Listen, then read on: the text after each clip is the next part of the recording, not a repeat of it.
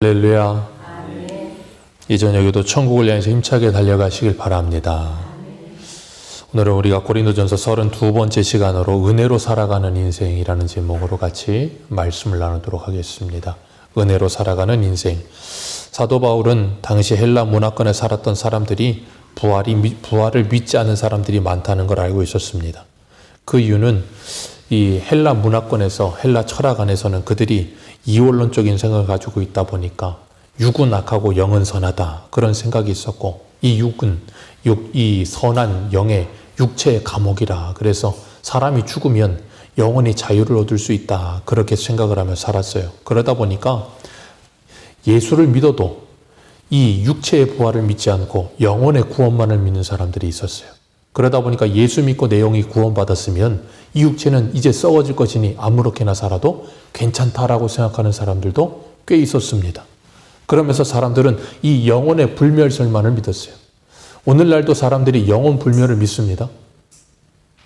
영혼 불멸을 믿어요. 그래서 사람들이 믿지 않은 세상 사람들도 어떤 존재를 믿어요? 귀신을 믿잖아요. 귀신 믿어요. 귀신 어떻게 귀신 된다 그래요? 사람이 죽으면 구천을 떠돈다 그러잖아요. 원한이 깃들면 구천을 떠돈다 그러면서 사람 죽으면 사람 영혼이 귀신 된대요. 그런 말들, 쓸데없는 그런 말도 안 되는 비성경적인 말들을 합니다. 그러면서 조상들에게 제사 지내고 그럼 조상들이 구천을 떠돌다 와가지고 배부르게 밥 먹고 간다고. 그리고 자기들이 먹을 거면서 그렇게 조상 섬긴다고 이야기를 해요. 참 재밌는 건 그렇게 말을 하면서 그 사람들은 영원히 불멸한다고 생각해요. 그건 어느 사람들이나 다 그랬습니다. 그래서 중국의 진시황도 영원 불사를 위해서 그 지하 3개를 만들어 놓고 거기 자기가 묻히고, 이집트의 파라오도 그 무덤을 그렇게 크게 한 이유가 뭐예요? 사후 세계를 믿었기 때문에. 거기서 또 왕으로 통치하라고. 그런 게 전 세계적으로 다 있어요, 사람들의 생각 속에는. 그리고 우리나라 사람들도 사람이 죽으면 돌아갔다라고 말을 하잖아요. 그것이 어딘지는 모르지만 돌아갔다고 말을 해요. 그리고 원한이 있으면 구천을 떠돈다고 말을 하고. 그런데 성경은 우리에게 분명히 말합니다. 우리의 영혼의 구원뿐 아니라 우리의 육체도 부활하여 구원받습니다.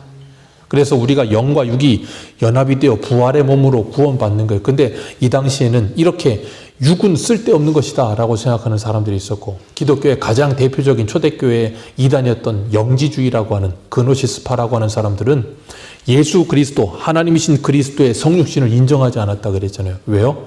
이 죄된 육신의 몸을 입고 어떻게 하나님이 오실 수 있느냐, 그건 있을 수 없는 일이다, 그런 이야기들을 했어요. 그게 다 무엇 때문에요? 철학적인 영향 때문에 그랬던 거예요. 그러니까 우리가 성경을 봐도 얼마든지 철학적 영향을 받을 수 있어요. 유교적 영향을 받을 수도 있고요. 이 세상의 가치관 영향을 받고 성경을 볼 수도 있어요. 그래서 우리는 성경을 볼 때마다 기도해야 돼요. 성령께서 우리를 이 말씀을 통해 조명하셔서 말씀을 바르게 깨닫게 해달라고 기도하지 않으면 우리는 자꾸 성경을 보면서 내가 가지고 있는 생각을 가지고 성경을 이해하려고 들기 때문에 오해가 생기는 경우가 꽤 많습니다. 초대교회 안에는 오늘 본문의 다음 절인 12절도 한번 읽어보겠습니다. 12절 같이 읽습니다. 시작.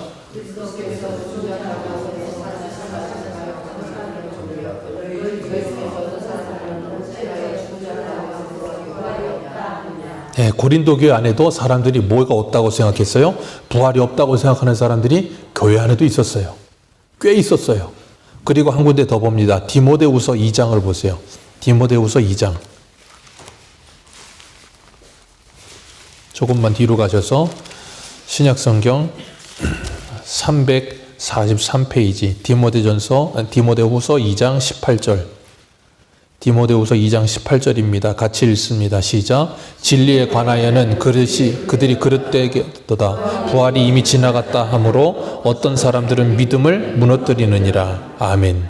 여기 보면 후메네오와 빌레도라고 하는 사람이 뭐라 그랬다고요? 부활 지나갔다. 부활은 이미 끝났다. 그러면서 사람들의 뭘 무너뜨려요? 믿음을 무너뜨린다고요. 그러니까 부활이 지나갔다고 말하는 사람들이 초대교회 안에 있었고요. 그리고 어떤 사람들은 부활은 없다 그러는 사람들이 있었고요. 어떤 사람들은 영혼만 구원받는다 그런 사람들도 있었고요. 왜요? 제대로 성경을 보지 못했었기 때문에. 왜? 이 당시에는 완성된 계시의 말씀이 없었기 때문에. 제대로 그걸 깨닫지를 못했던 거예요. 그러다 보니까 사도 바울이 그들에게 1절에 뭐라 그래요? 너희가 받은 것이요 그 가운데 선 것을 내가 너희에게 알게 한다. 그 말은 뭐예요? 너희가 이미 받은 그 말씀을 내가 다시 알게 한다 그 말이에요. 그렇기 때문에 예수 그리스도를 믿고 우리가 부활을 분명히 믿는다면, 우리 이번 주에 부활주의를 지켰잖아요. 부활을 분명히 믿는다면 우리는 이 세상에 집착하며 살지 않습니다. 성도는 이 세상에서 열심히 삽니다. 그러나 이 세상에 집착하지는 않습니다. 그래서 하나님께서 우리에게 주신 사명을 따라서 이 세상에서 최선을 다해 믿음으로 살다 주님 오라고 그러시면 가는 거예요. 그게 부활의 신앙이에요. 그렇기 때문에 성도는 염세적이지도 않습니다. 왜요? 부활의 신앙을 가졌기 때문에 이 땅의 것이 전부가 아니라는 걸 믿고 살아요. 염세적인 사람들은 다 쓸데없다고 말하지만 우리는 쓸데없는 인생이 아닙니다. 의미 있는 인생이에요. 이 세상에서 우리가 하는 모든 것들, 믿음으로 하는 모든 것들은 쓸데없는 것이 없습니다. 그래서 주일날도 말씀을 드렸지만 전도서의 시작이 뭐였어요? 헛되고 헛되며 헛되고 헛되니 모든 게 헛되도다. 그게 염세주의라 그랬잖아요. 근데 전도서는 그걸로 끝나지 않아요. 12장에 뭐라 그랬어요? 이래 결국 다 들었으니 여호와를 경외하고 율법을 지켜 행할 것이니라. 이게 사람의 본분이다. 그것만이 영원하다라고 말씀하셨어요. 우리가 이 땅에서 예수 그리스도를 믿고 그 믿음으로 살아간 모든 것들은 의미 없는 게 아니라 영원한 거예요. 그래서 옛날 목사님들은 그런 걸 뭐라고 표현했는가 하면 내세적 복음주의 그런 표현을 썼어요. 내세에 대한 복음을 가지는 사람들로서 이 땅에서 부활신앙을 가지고 산다는 거예요. 정말로 그런 신앙이 있고, 그런 믿음이 있고, 그런 지식이 있는 사람들은 세상의 사람들과 똑같이 살까요? 다르게 살까요? 똑같이 살 수가 없어요. 그걸 우리는 거룩이라고 부르는 겁니다. 그걸 거룩이라고 하는 거예요. 다른 게 거룩이 아니에요. 그래서 우리가 가지는 믿음은, 우리가 가지는 신앙은 부활의 신앙이고요. 우리가 가지는 소망은 부활에 대한 소망이에요. 그렇기 때문에 기독교에 부활이 없다면 아무것도 아닌 거예요. 오늘날 기독교가 이렇게 세상 가운데 힘이 없는 이유는 딱 하나입니다. 부활을 믿지 못해서 그래요. 부활을 믿지 못해서 죽음을 두려워하기 때문에, 이 땅에서의 삶이 전부인 것처럼 살기 때문에 뭐예요? 이 땅의 것을 잃지 않고 싶어서 그것에 전전긍긍하며 집착하며 살기 때문에 세상 가운데서 그리스도인답게 능력 있는 삶을 살지 못하는 거예요. 근데 그리스도인들이 정말로 부활을 믿고 하나님의 나라를 믿는다면 이 땅의 것에 집착하지 않아요. 그것을 아름답게 사용하지만 집착하지 않기 때문에 세상의 사람들을 뭐 할 수 있어요? 이길 수 있는 거예요. 그런 사람은 세상이 감당하지 못하는 사람이에요. 그런 사람들을 그리스도인이라 부릅니다. 그래서 바울이 오늘 본문에 부활에 대해서 잘못된 지식가들에게 너희들에게 다시금 알게 하기 위해, 너희들이 내게 받은 것, 이미 선 것을 다시 전하기 위해서. 그러면서 2절 말씀 같이 보겠습니다. 시작.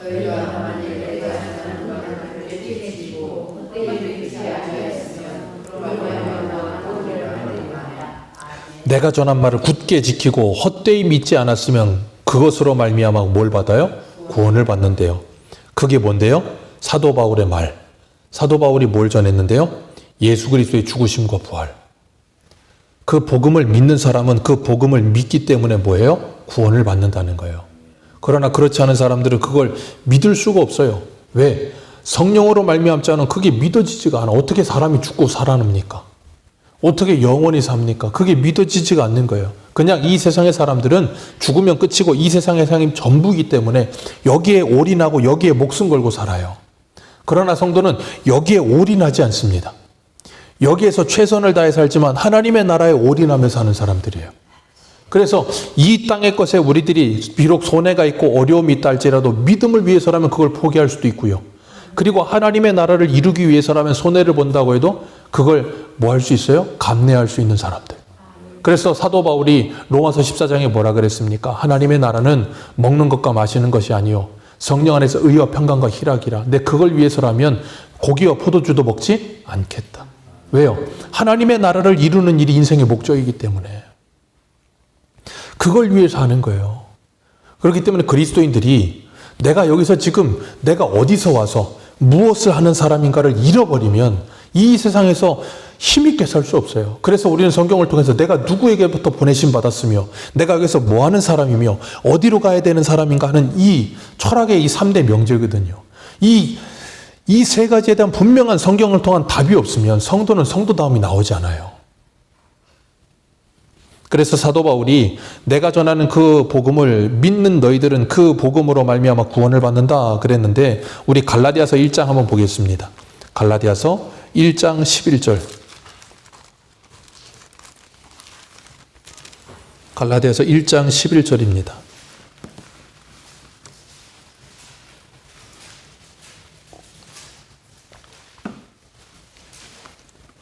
1장 11절에서 12절 말씀 두 절 같이 읽겠습니다. 시작. 형제들아, 내가 너희에게 알게 하노니 내가 전한 복음은 사람의 뜻을 따라 된 것이 아니니라. 이는 내가 사람에게서 받은 것도 아니요 배운 것도 아니요 오직 그리스도 예수의 계시로 말미암은 것이라. 아멘.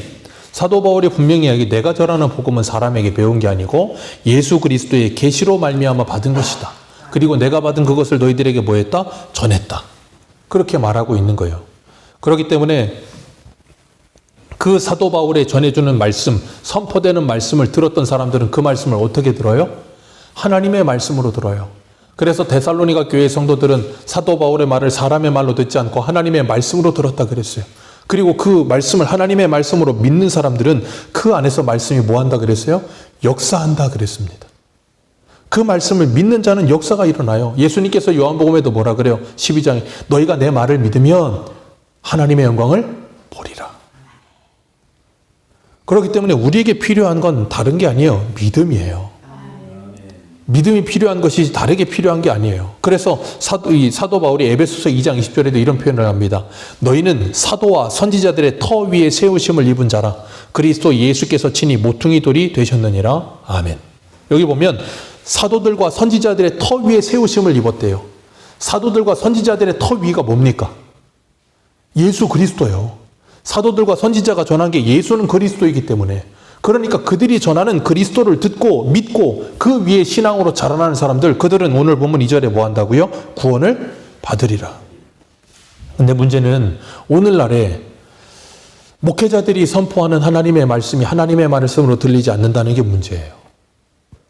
목회자들이 설교하는 설교의 내용이 하나님의 말씀이 아니라 사람의 말로 들려지는 거예요. 그 내용조차도 사람의 말을 하는 경우가 굉장히 많아요. 그래서 그것이 문제가 되는 거예요. 그러다 보니까 성도들이 목회자의 설교를 신뢰하지 않습니다.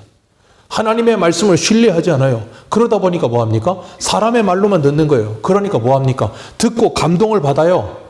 아, 좋은 설교 들었구나, 좋은 말 들었구나, 그걸로 끝납니다. 그러니 그것이 하나님의 말씀으로 들리지 않으니 그 말씀이 그들 안에서 역사가 일어나지 않아요. 그러니 뭐가 있지 않아요? 삶의 변화가 일어나지 않아요. 순종이 일어나지 않습니다. 그게 오늘날 대한민국 교회의 가장 큰 문제예요. 한국 교회의 문제는 딱 하나입니다. 믿음이에요. 그거 외에 문제 없어요. 여러분, 신앙생활은 우리가 뭘 믿느냐예요. 왜냐하면 이 세상은 항상 사람은 태어나서 죽을 때까지 믿음 생활해요. 모든 사람은 다 믿음 생활하는 겁니다. 그 믿음의 대상이 뭐냐의 차이지, 돈을 믿느냐, 건강을 믿느냐, 아니면 이 세상에 뭔 그걸 믿느냐, 다 믿어요. 안 믿는 사람이 없다니까요. 오늘도 저 삼성동에 코엑스인가 거기 어디서 불났잖아요. 참 엄청나게 크게 났었던데. 자, 거기 들어가 있는 사람들 불날 거 알았을까요? 꿈에도 모르죠. 거기 들어가서 그게 무너질 거라고 생각할까요? 꿈에도 모르죠. 왜요? 믿으니까요. 여러분이 살고 있는 모든 건 믿음의 연속이에요. 여러분이 식재료 먹는 것들 그냥 먹죠. 여러분 그냥 먹는다고 생각하시죠? 믿기 때문에 먹는 거예요. 거기 독약이 들어있다고 생각해서 누가 먹겠습니까? 그냥 믿는 거예요. 여러분이 타고 다니는 차가 달리다가 바퀴가 빠져보십시오. 그런데도 사람들은 그 차를 타고 150km 막 200km 달려요. 왜요? 차를 믿으니까요. 그런데 사람들은 믿는다라는 인식조차 없어요. 그런데 사람들은 모든 걸 다 믿으면서 살고 있는 거예요. 근데 하나님은 믿지 않아요. 근데 우리는 그 하나님을 믿으면서 사는 거예요. 세상 사람들이 세상을 믿는 것만큼 하나님을 믿어요. 우리가 세상 사람이 세상을 믿는 것만큼 하나님을 믿지 못하잖아요. 그럼 우리는 세상을 이길 수가 없어요. 오늘날 한국교회 우리들의 문제는 세상 사람들이 세상을, 돈을, 그 세상의 무엇을 믿는 것보다도 하나님을 믿지 못하기 때문에 교회가 문제가 생기는 거고 성도가 문제가 생기는 거예요. 우리가 세상을 압도하려면 그들보다도 더 강력한 믿음이 없으면 세상을 압도할 수 없거든요. 그래서 사도 바울이 3절에 뭐라 그랬냐면 갈라디아서 1장에 읽은 것처럼 3절에 이렇게 말해요. 내가 받은 것은 먼저 그랬어요. 내가 받은 것은 나도 예수 그리스도의 계시로 받은 것이고 너희에게 전한 것인데 이것이 뭐라고요? 성경대로 그리스도께서 우리 죄를 위하여 죽으신 것이다. 예수 그리스도께서 무엇을 위해 죽으셨다고요? 우리의 죄를 위해서 죽으셨습니다. 무엇대로요? 성경대로. 그래서 주님은 겟세마네 동산에서 잡혀가시면서도 베드로에게 뭐라 그러셨어요? 내가 잡혀가야 하나님의 말씀이 이루어지지 않겠느냐. 주님은 성경을 이루시기 위해 하나님의 말씀을 이루시기 위해 이 땅에 오셨어요. 그 말씀대로 십자가에 달리셨고 말씀대로 사흘 만에 부활하셨어요. 그리고 말씀대로 승천하셨고 다시 오시라 약속하신 그 말씀대로 다시 오실 거예요. 그래서 성경이 성취된 걸 우리가 보면서 뭐합니까? 아, 하나님의 말씀은 이렇게 이루어지고 진리구나 걸 확인하고 뭐합니까? 주님이 주신 약속을 믿고 그 약속이 이루어질 걸 믿고 살아가는 거예요. 그래서 구약과 신약을 통해서 우리는 그 믿음을 가지는 거예요. 예수님께서 우리의 죄를 위해 십자가에 죽으셨다라고 말을 하면서 성경은 우리에게 뭘 가르쳐요? 예수 그리스도가 우리를 위해 십자가에 죽으실 수밖에 없었던 이유에 대해서 창세기부터 계시록까지 가르쳐 주는 거예요. 그래서 구약에는 5대 제사를 통해서 하나님이 뭐 하세요? 우리의 죄를 대신한 대속의 제물이 죽어야 된다는 걸 실물로 보여주셨고 히브리서에서는 그 아무리 제사를 지내도 우리의 죄를 사할 수 없기 때문에 누가 오셨다고요? 예수 그리스도가 오셨다. 그리고 그리스도께서 우리의 죄를 영단번의 제사로 완성하여 주시고 그 회증을 찢으시고 그 육체를 찢으심으로 새로운 살 길을 내주셨다. 그래서 우리가 하나님께 나아갈 수 있는 놀라운 은혜를 받았다는 거예요. 그리고 주님께서 성경대로 부활하셔서 누구에게 보이세요? 5절에 게바에게 보이셨다. 베드로를 말하죠. 게바에게 보이시고 후에 12제자에게와 500여 형제들에게 일시에 보이셨다. 예수님의 부활은 역사적 사실입니다. 누가 그걸 막으려고 해도 막을 수 없어요. 그래서 예수는 역사다 그런 책도 있어요. 왜냐하면 예전에 한번 우리나라를 강타했던 영화가 다빈치 코드라고 그 무슨 예수의 부활이 허구다. 예수님은 십자가에서 죽은 게 아니고 기절했는데 뭐 프랑스 가서 뭐 그런 헛소리를 하는 그런 것들에 대해서 분명하게 예수는 역사다라는 걸 이야기해요. 그러면서 예수 그리스도의 십자가에 죽으심과 부활하심 또한 분명한 사실이라는 거예요. 왜? 여기 분명히 말하잖아요. 사도 바울이. 지금도 그 예수님의 부활하신 걸 본 사람들이 다수가 지금 뭐하고 있다? 살아있다. 예수님은 부활하셔서 바로 승천하지 않으셨어요. 우리 사도행전 1장 한번 보겠습니다. 사도행전 1장입니다.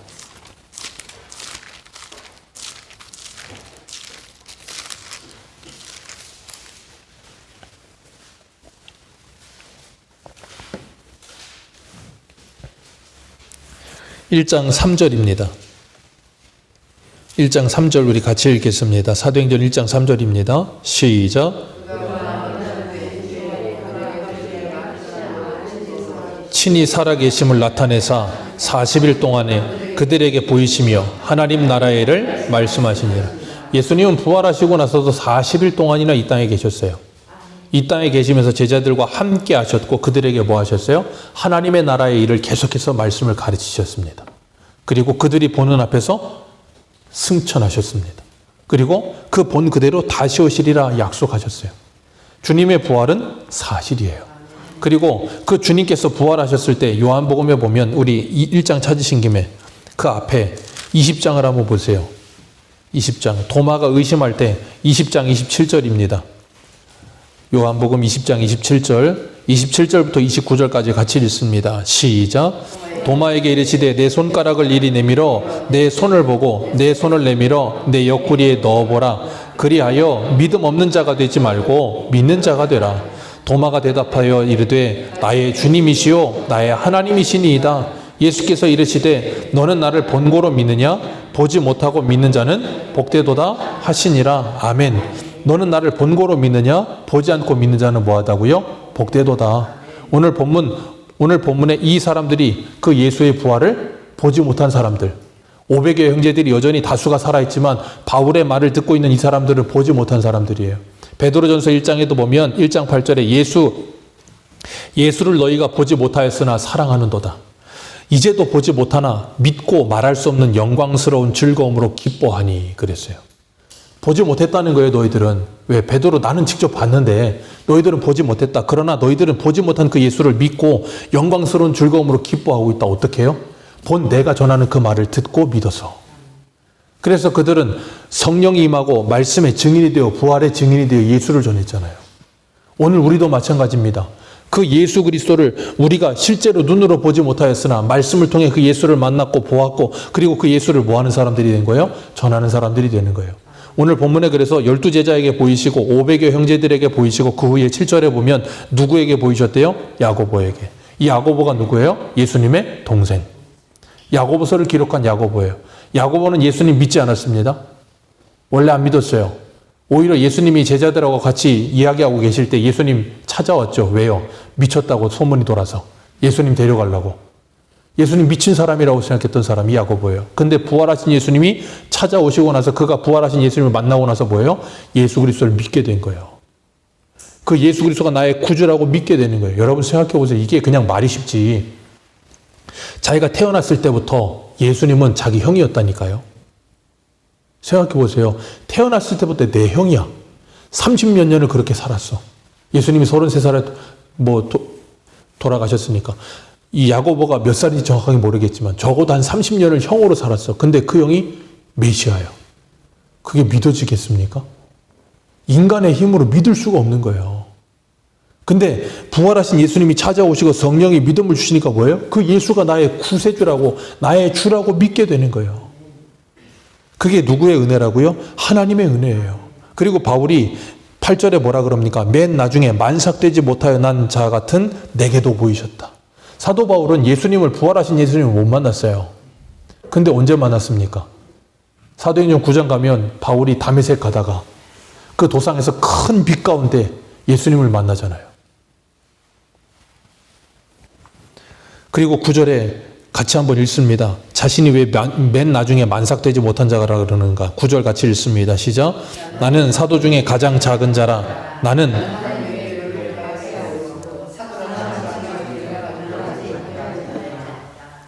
사도 중에 가장 작은 자라. 왜요? 가장 늦게, 사도들보다 가장 늦게 예수를 믿은 사람이고 오히려 성도들을 핍박하고 박해하던 사람이었기 때문에 사도라 칭함받기를 감당하지 못할 자다. 나는 그런 자다. 바울은 자기가 누군지를 늘 기억하는 사람이었어요. 기억할 것은 사도 바울이 성도들을 핍박했는데 하나님의 교회를 박해했다 그렇게 말하고 있어요. 왜 그럴까요? 사도행전 9장에 바울이 예수님 만났을 때 예수님이 뭐라 그러셨어요? 사울아 사울아 내가 나를 어찌하여 나를 박해하느냐. 나는 내가 박해하는 예수라. 예수님이 바울에게 직접 하신 말이에요. 너 왜 어쩌자고 나를 박해하니? 난 네가 박해하는 예수다. 바울은 예수님 만난 적도 없어요. 예수님 박해한 적도 없습니다. 근데 누구를 박해했어요? 예수 믿는 사람들. 여러분 기억하십시오. 우리가 예수 그리스도를 믿고 정말로 내가 예수 그리스도를 머리로 둔 그리스도의 몸된 교회라는 걸 정말로 믿는다면 이 교회 공동체에 있는 지체들이 예수 그리스도의 몸이라는 걸 기억하세요. 그리고 내가 만약에 그들을 힘들게 하고 괴롭게 하고 어렵게 하잖아요. 그게 바로 예수님을 내가 힘들게 하고 괴롭게 한다는 걸 믿으시기를 주님의 이름으로 축복합니다. 오늘날 교회가 이 믿음이 없기 때문에 문제인 거예요. 그냥 옆에 있는 사람을 뭘로 봐요? 사람으로 봅니다. 바울은 고린도전서 8장에 뭐라 그럽니까? 그도 그리스도께서 위하여 죽으신 네 형제다. 그 사람을 위해 그리스도께서 죽으셨다니까요. 예수 그리스도가 십자가에 죽으시고 부활하심으로 구원하신 존귀한 사람이라니까요. 예수 그리스도와 한 몸이라니까요. 그래서 하나님께서 창세기 12장에 뭐라 그러십니까? 우리 창세기 12장 아브라함에게 하셨던 말씀 가봅니다. 아브라함에게 하셨던 말씀. 창세기 12장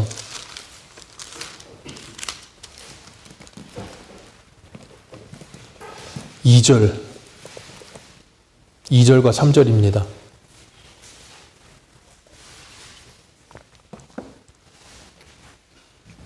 2절과 3절 같이 보겠습니다. 시작. 창세기 12장 2절과 3절입니다. 같이 읽습니다. 시작. 내가 너로 큰 민족을 이루고 내게 복을 주어 내 이름을 창대하게 하리니 너는 복이 될지라. 너를 축복하는 자에게는 내가 복을 내리고 너를 저주하는 자에게는 내가 저주하리니 땅의 모든 족속이 너로 말미암아 복을 얻을 것이라 하신지라. 아멘. 주님 분명히 말씀하세요. 우리가 우리 옆에 있는 사람에게 하는 그대로 하나님이 우리에게 하시겠다. 여러분 이거 굉장히 무서운 말씀이에요. 우리가 내 옆에 있는 사람에게 대하는 그것을 하나님이 그대로 나에게 대하시겠다는 거예요. 이게 얼마나 무서운 말씀인지 몰라요. 왜 그런 줄 아십니까? 제가 수요일 날도 말씀을 드렸지만 내가 사람을 대하는 태도가 곧 하나님을 대하는 태도고요. 그것이 내 삶의 모든 바운더리에 있는 사람들을 대하는 태도예요. 그 사람은 그 사람들에게 내가 대하는 태도에 따라서 피드백을 받으며 살아요. 그러니 가는 말이 고와야 오는 말이 고운데 가는 말이 안 고우니 오는 말이 어떻겠어요? 안 고와요. 그게 뭐라고요? 하나님께서 내리시는 심판이요. 근데 우리는 그걸 인식도 못해요. 인식도. 왜? 그냥 사는 건 줄 알아요. 그게 그냥 사라지는 게 아니에요. 그 모든 걸 하나님께서 주관하고 계신다니까요. 여러분, 우리가 이 믿음이 정말로 우리 안에 있다면, 이것이 정말로 하나님의 말씀으로 믿어진다면, 여러분, 이게 정말로 하나님의 사람의 말이나 이병수 목사의 말이 아니라 하나님의 말씀으로 믿어진다면 우리의 삶은 완전히 뒤바뀔 거예요. 정말로 우리의 삶은 완전히 뒤바뀔 겁니다. 사람을 대하는 태도가 달라질 거예요. 바울이 그래서 뭐라 그래요? 사람에게 하듯 하지 말고 누구에게 하듯 하라고요? 주께 하듯 하라. 마태복음에 주님 뭐라 그러십니까? 24장인가요? 24장이고 26장인 거기서 그러잖아요. 지극히 작은 자 하나에게 한 것이 곧 누구에게 한 것이라? 나에게 한 것이라. 여러분, 그래서 옛날에 성도님들이 좀 이렇게 뭐라 그럴까요? 그 성도님들이 그런 게 아니고 잘못된 목회자들이 한 말이겠죠. 성도님들에게, 목회자들에게 잘하라고, 목회자들에게 함부로 하면 하나님께 벌을 받는다고. 자, 맞는 말입니까? 틀린 말입니까? 맞는 말입니까? 틀린 말입니까? 맞는 말이에요. 목회자들한테 잘하셔야 돼요. 왜? 주님 야곱에게, 아브라함이 그러잖아요. 너를 축복하는 자 내가 뭐 하겠다? 축복하겠다. 그러니까 목회자한테 잘하셔야 돼요. 근데 문제는 목회자한테만 잘하시면 안 되고요. 옆에 있는 지체들에게도 목회자에게 하는 것처럼 똑같이 잘하셔야 돼요. 우리의 문제는 목회자에게 잘하는데 옆에 있는 지체들에게는 잘 못해. 그게 문제라는 거예요. 여러분, 목회자에게 대하는 것만큼 사람에게, 옆에 있는 지체들에게 대하면 하나님이 우리에게 복을 넘치도록 부으세요. 왜? 그들을 대하는 그 태도가 곧 나에게 그대로 오거든요. 그래서 하나님께서 우리에게 그 놀라운 신비를 통해서 하나님의 사람, 정말로 부활의 신앙을 가진 사람들이 어떻게 사는가를 보여주시는 거예요. 그리고 오늘 본문 10절에 보면 이렇게 말을 합니다. 자기가 만색되지 못해서 맨 마지막에 난 자 같고 사도라 칭함을 받을 수도 없는 사람인데 10절 같이 읽습니다. 시작. 그러나 내가 나된 것은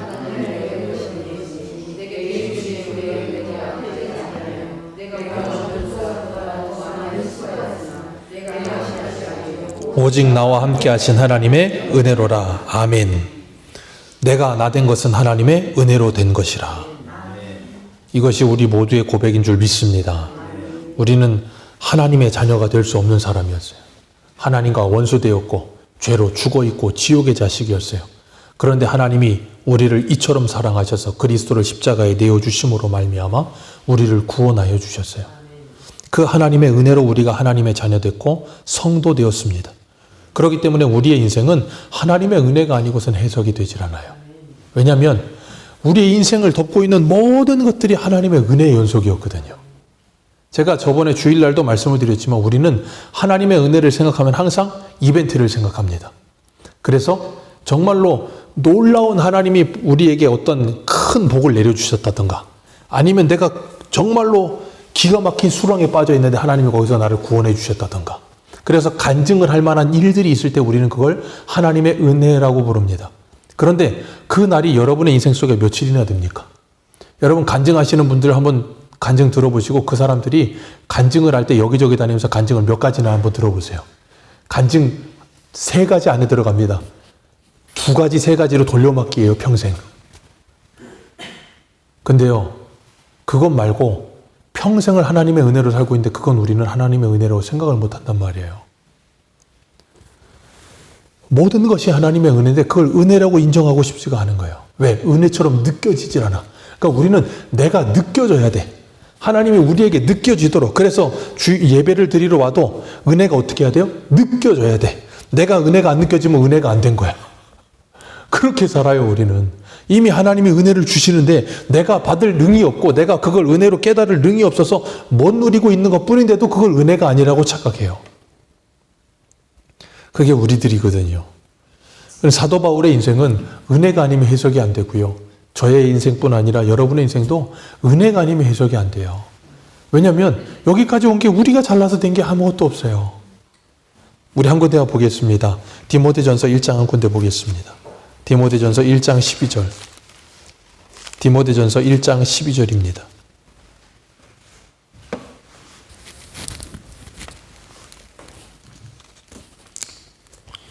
디모데전서 1장 12절에서 16절입니다. 같이 읽겠습니다. 시작.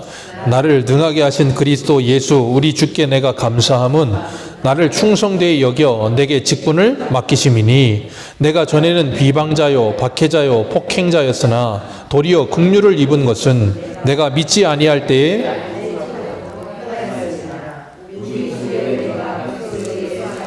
믿음과 사랑과 함께 넘치도록 풍성하였도다. 미쁘다 모든 사람이 받을 만한 이 말이요 그리스도 예수께서 죄인을 구원하시려고 세상에 임하셨도다 하였도다. 죄인 중에 내가 괴순이라. 그러나 내가 긍휼을 입은 까닭은 예수 그리스도께서 내게 먼저 일체 오래 참으심을 보이사 후에 믿는 영생 얻는 자들에게 본이 되게 하려 하심이라. 아멘. 그래서 지금 사도 바울이 고린도전서를 통해 뭐하고 있어요? 본이 되고 있는 거예요. 그래서 바울이 그 사람들에게 뭐라 그랬어요? 나를 본받으라 그러는 거예요. 왜요? 자기는 충성스러운 사람도 아니에요.